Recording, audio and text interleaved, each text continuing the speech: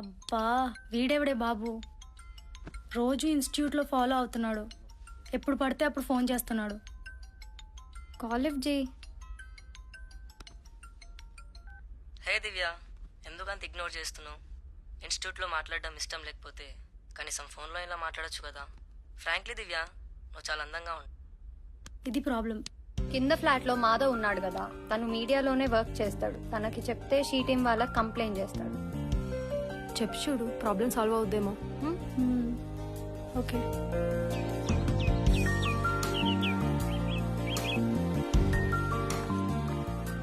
Hi. Hi. మనం ఒక దాని వల్ల నష్టపోతామని తెలిసి కూడా అది వ్యసనమైనా సరే ఇష్టపడతాం కదా. ఎక్కడో చదివాను, అలాంటి ఇష్టమే నిజమైన ప్రేమని. నువ్వు నీ ప్రేమను పడేస్తున్నావు.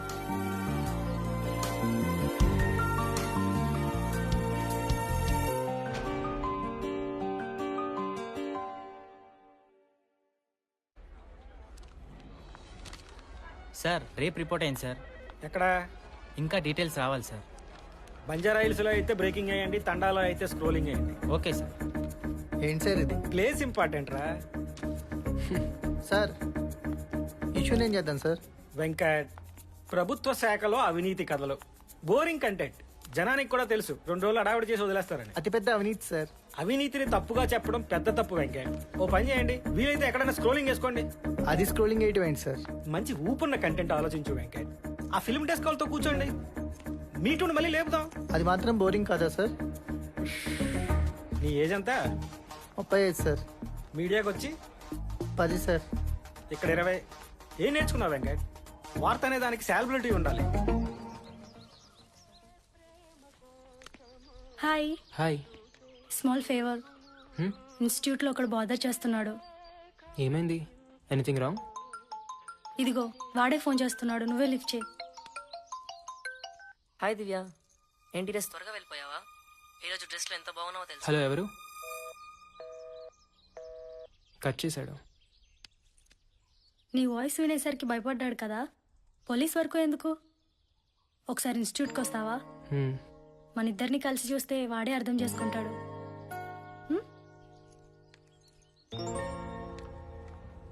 సార్, తన పేరే సమీర. మనం చెప్పింది తన గురించే. కమిట్మెంట్ పేరుతో ఒకళ్ళో ఇద్దరో కాదురా, కౌంట్ ఇంపార్టెంట్. లిస్టు చాలా పెద్ద సార్. ఎవిడెన్స్లు కూడా ఉన్నాయి సార్.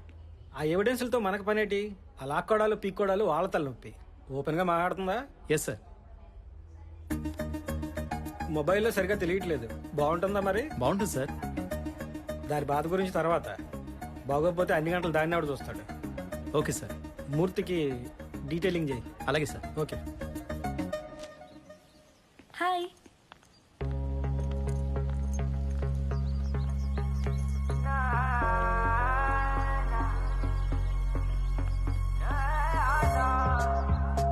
వెళ్దామా? I think problem is solved. Morning తను ఇన్స్టిట్యూట్కి వచ్చాడు. మేము చెప్పాం కదే తను చాలా మంచోడని. Hi. Thank you. Problem is solved. If not personal, ఒకటి అడగొచ్చా? యా. ప్రియురాలు ఏంటి? Nothing personal. ఫ్యూచర్లో I want direct film, love story. Just inspiration కోసం అంతే. So nice. Can you take a picture? Sure. బుడగలనిత episode sensational viewing. Subscribers number చూడండి. అవును సార్. న్యూస్ అయినా ఎంతో కొంత సెన్సేషన్ లేకపోతే వ్యూవర్షిప్ ఉండట్లేదు సార్. కరెక్టే కదా మరి. మీరన్నట్టే సెక్స్ క్రైమ్కి మించిన న్యూసే లేదు సార్. చెప్పానుగా ముందే, దాన్ని ఫాలో అయిపోవడమే. Okay sir.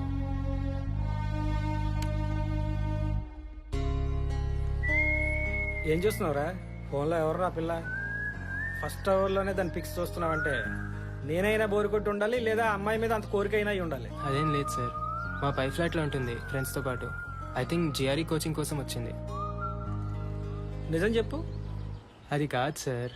తప్పేముంది లేరా, కోరికల వల్ల పుట్టిన శరీరాలు కోరికలే ఉంటాయి అంతే. చలం ఊరికే అనలేదురా, పక్కలెక్కని ప్రేమలు ప్రేమలే కావని. మనం నచ్చాలే గాని ఏదో కారణం వెతుక్కుంటూ వాళ్లే వస్తారు. బిజీగా ఉన్నావా? లేదు. ఈ మూవీ చూసావా? మ్హూ. నీకు చూపించాలనిపించింది. ఇద్దరు స్ట్రేంజర్స్ మధ్య లవ్ స్టోరీ. ఒకరి గురించి ఒకరికి ఏం తెలీదు, కానీ కలిసినప్పుడల్లా చూద్దాం.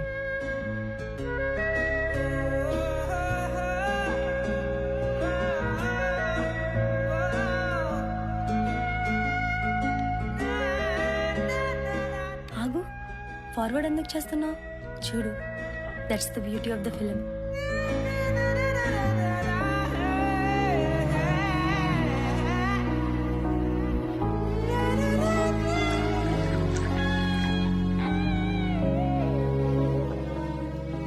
సో ఎలా అనిపించింది?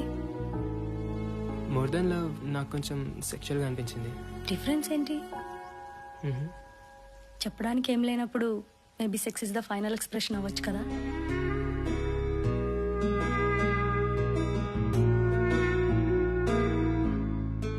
ఉంటే లైఫ్లో ఇంత స్ట్రాంగ్ లవ్ స్టోరీ ఉండాలి. నువ్వు ఇలాంటి లవ్ స్టోరీ తీ. I wish you to be a successful film maker.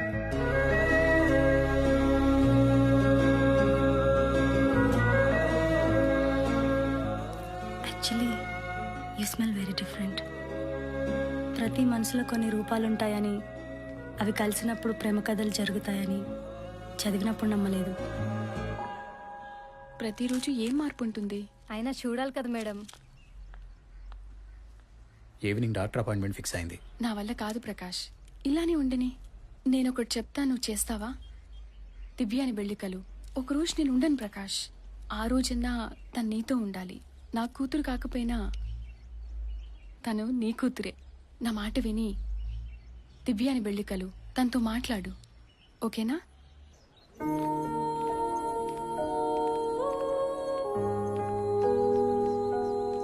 Hi దివ్య. ఫ్రెండ్స్తో ఎందుకు, మన ఇంటికి వచ్చేయచ్చుగా. ఇప్పుడెందుకు? నేను చిన్నప్పుడు నాకు కావాల్సినప్పుడు ఏమైపోయారు? మీ నాన్న ఎక్కడని ఎవరైనా అడిగితే సమాధానం ఉండేది కాదు. నీకోసం చాలా సంవత్సరాలు ఎదురు చూశాను, కానీ ఎదురు చూడడంలోనే ప్రేమ పోయింది. నాకు అలవాటైపోయింది.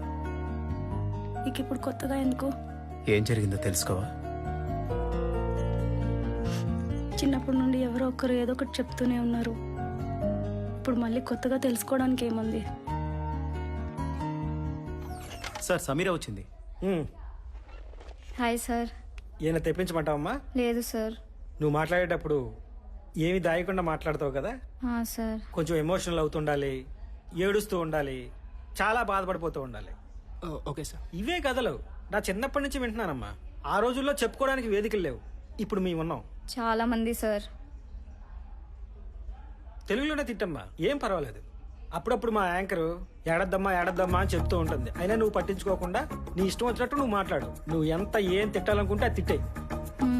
అందరు ఎవిడెన్స్ లో ఉన్నాయి సార్, ఒక శేఖర్ది తప్ప. వాడు నమ్మించి ఎవిడెన్స్ లో కూడా డిస్ట్రాయ్ చేశాడు సార్. శేఖర్ అనేవాడికి ఒక రెస్టారెంట్ ఉంది కదా. Yes sir. ఓ పని చేయి, అదే రెస్టారెంట్లో కలిసేవాళ్ళం అని చెప్పు. ఎందుకంటే ఆడి రెస్టారెంట్కి ఆడు రాలేదని చెప్పలేడు కదా, అక్కడ దొరుకుతాడు. Okay sir. లోలిత డివిడీ అడిగావు కదరా, మనల్ని పట్టించుకునే పరిస్థితిలో లేడు, కానీ నువ్వు వెళ్ళు, నేను చెప్తా. సరే అయితే. ముందు మూర్తిని కలు, అతను ఏం మాట్లాడాలో చెప్తాడు, అది ఫాలో అయిపో. Okay sir. మూర్తి దగ్గరికి తీసుకెళ్ళు. అలాగే సార్. ఉంటాను సార్.